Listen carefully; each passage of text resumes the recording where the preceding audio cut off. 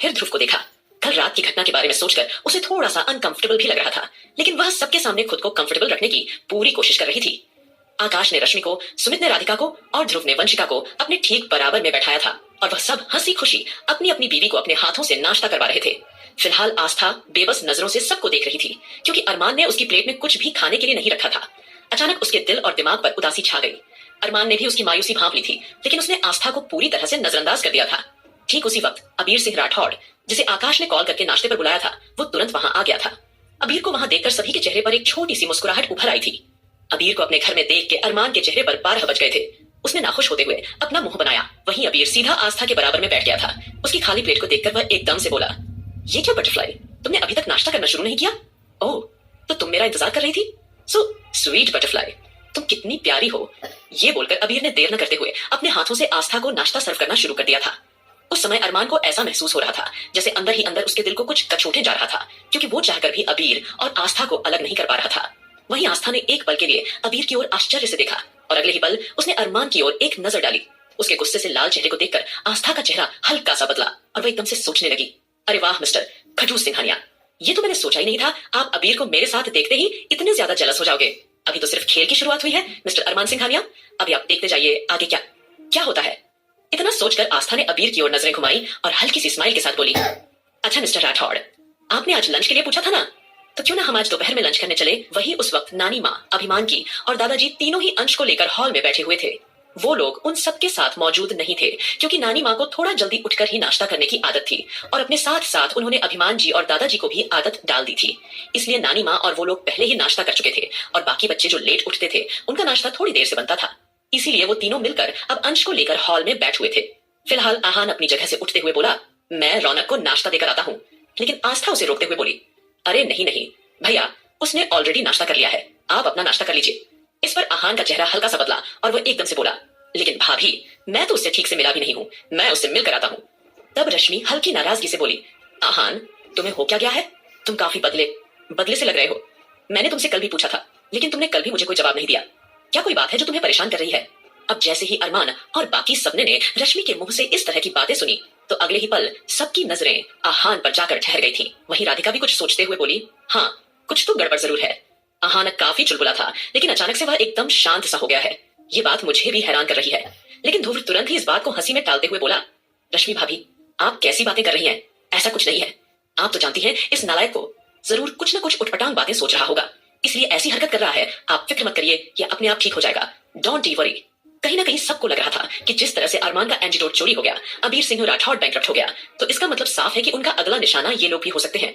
सबको लग रहा था कि शायद इसी वजह से आहान को किसी अनहोनी को लेकर डर लग रहा होगा, इसीलिए शायद वो थोड़ा बुझा सा है।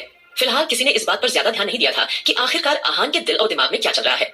वहीं डिनिंग टेबल पर अब आस्था के अबीर के साथ डिनर पर जाने वाली बात सोचकर अरमान के माथे पर पूरी तरह से बल पड़ गया।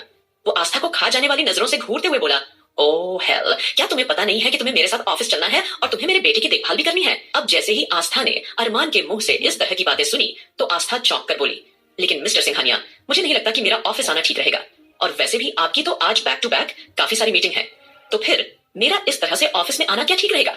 अब जैसे ही आस्था ने ये शब्द कहे, तो वैसे ही अरमान को उसकी बात सुनकर झुंझलाहट हुई।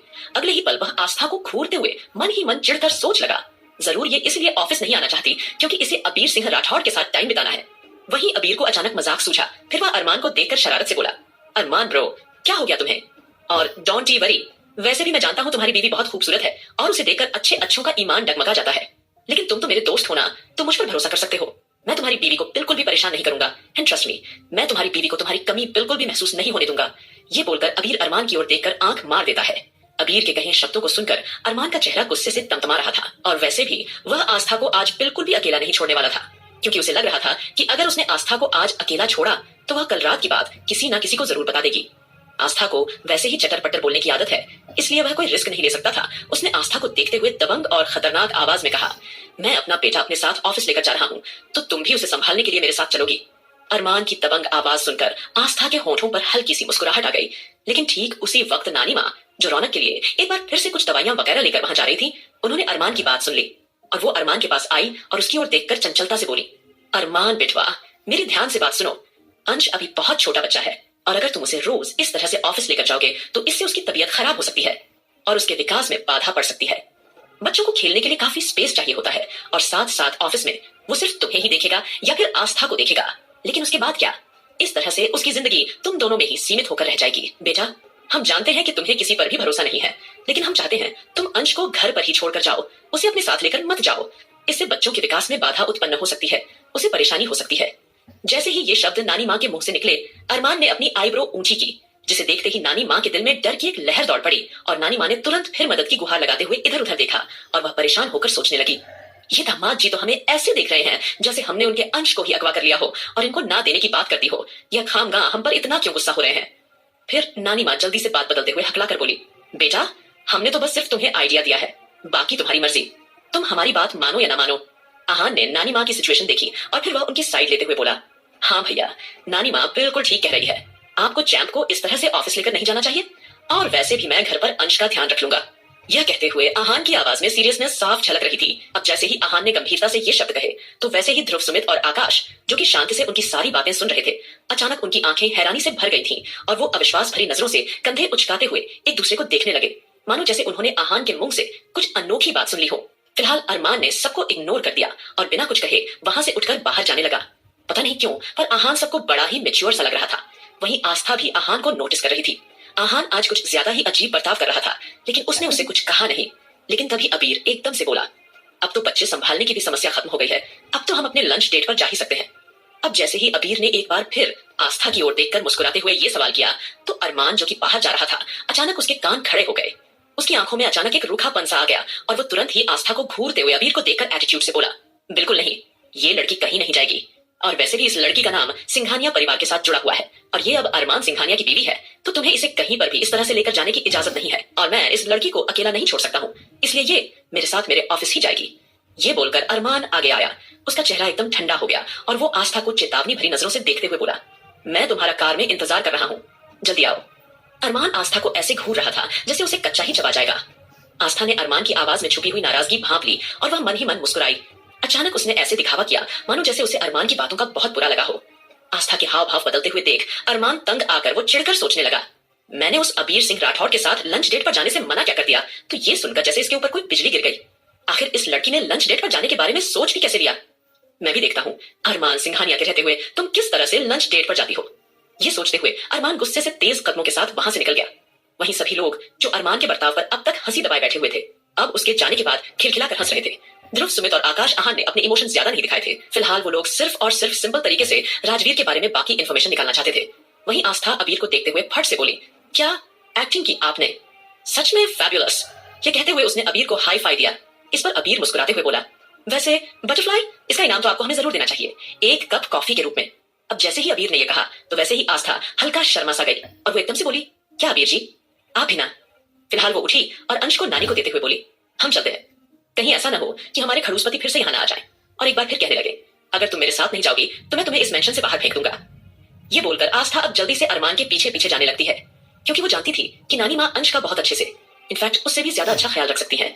और वैसे भी अंश को अब पूरे परिवार की आदत लग चुकी थी, वो किसी के भी पास आसानी रह लिया करता था।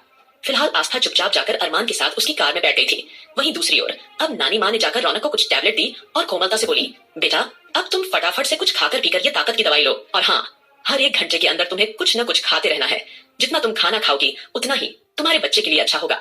इस वक्त तुम्हारे शरीर को ताकत जरूरत है। इस तरह से नानी माँ ने मारिया और रौनक को जल्दी कुछ न कुछ एक बार फिर से खिलाना शुरू कर दिया था। वहीं उस समय रौनक का मन पूरी तरह से बेचैन था, लेकिन फिर भी वह नानी माँ का दिल रखने के लिए बेमन से खाना खाने लगी थी।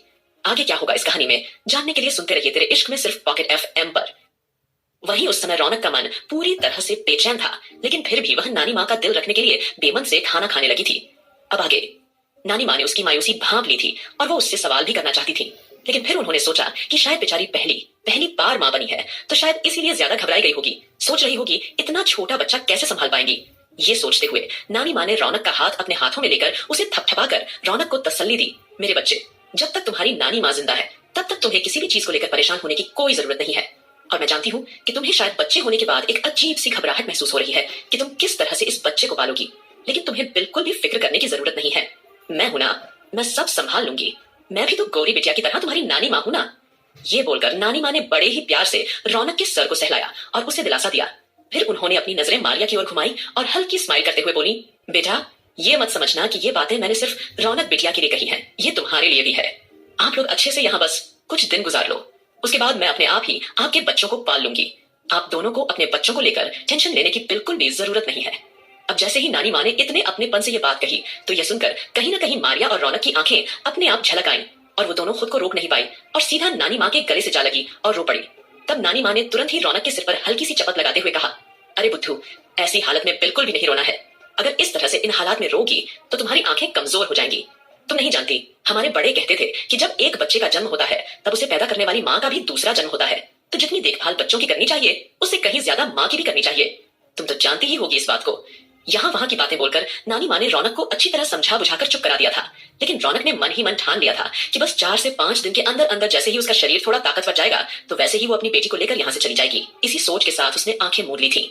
वहीं दूसरी ओर आस्था जैसे ही कार में बैठी, अरमान आस्था को तिरछी नजर से देख रहा था और साथ ही साथ उसे घूर भी रहा था। आज टाइगर उनके साथ नहीं आया था क्योंकि आस्था ने जानबूझकर टाइगर को घर पर ही रोक दिया था। जब से बच्चे घर पर आए थे टाइगर ने मारिया के साथ ठीक से वक्त नहीं बिताया था।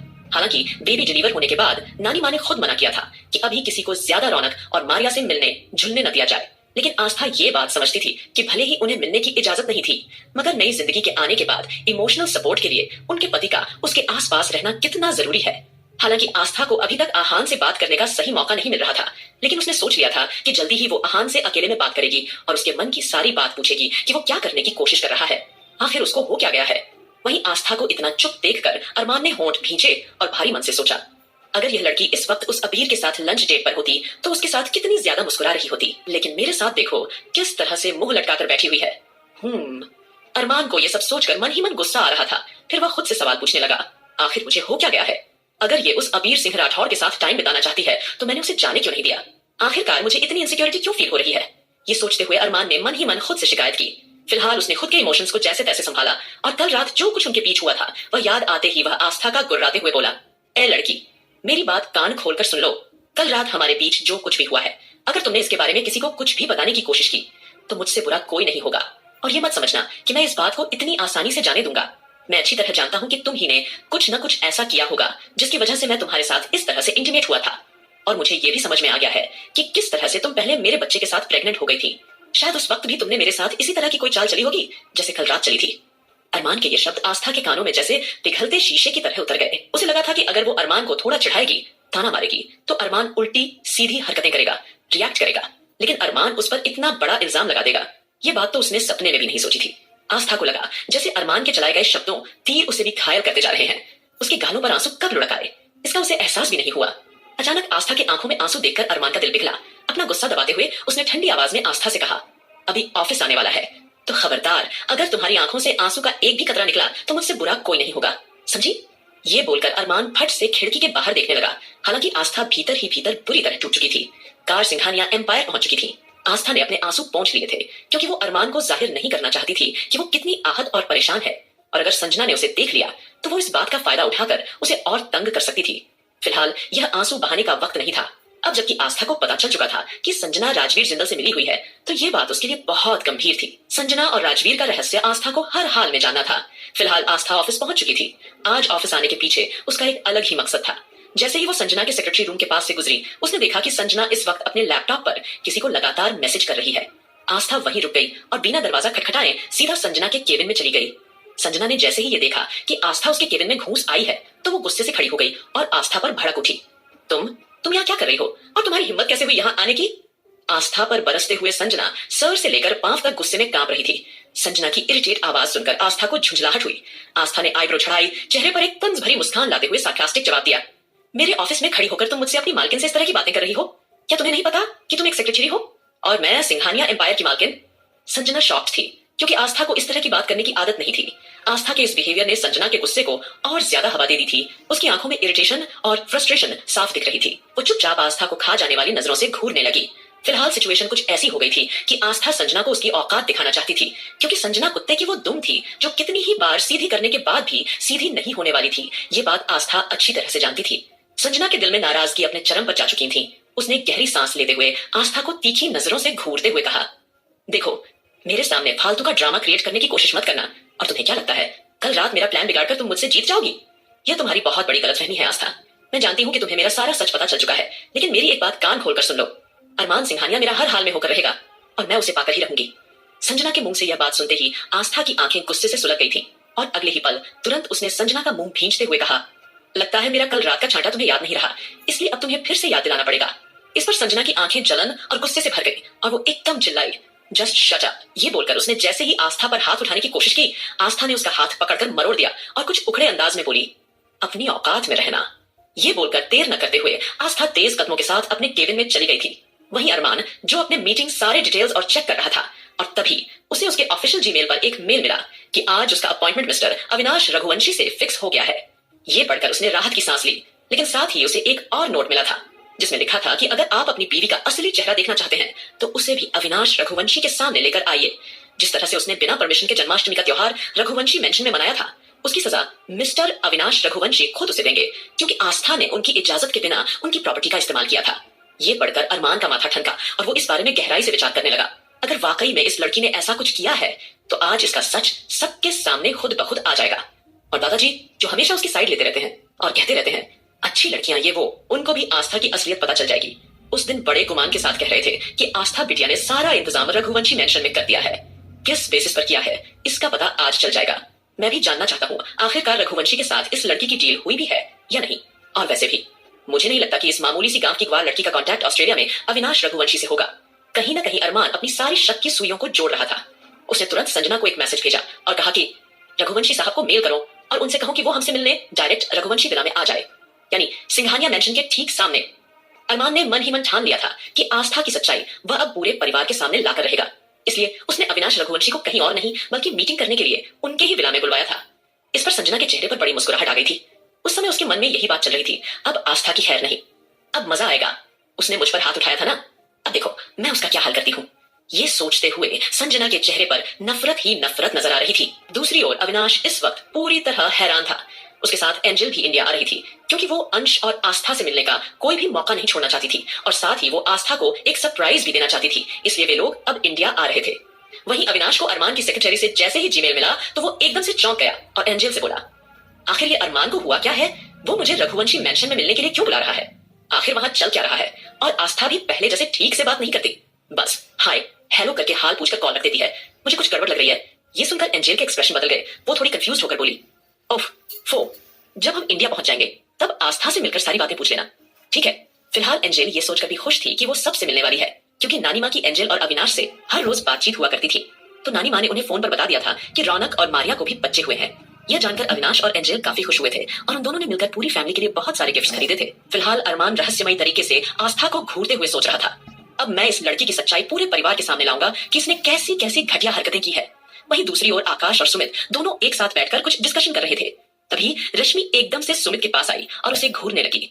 आकाश ने हैरान होकर पूछा, क्या बात है रश्मि, तुम इस तरह सुमित को क्यों देख रही हो?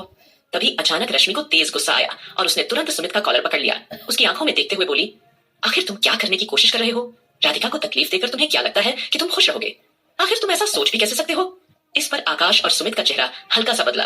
दोनों हैरान थे कि आखिर रश्मि रो क्यों रही है। फ्लैशबैक, थोड़ी देर पहले दोनों बच्चों को सुकून से सोते देख रश्मि अपने कमरे में वापस जा रही थी।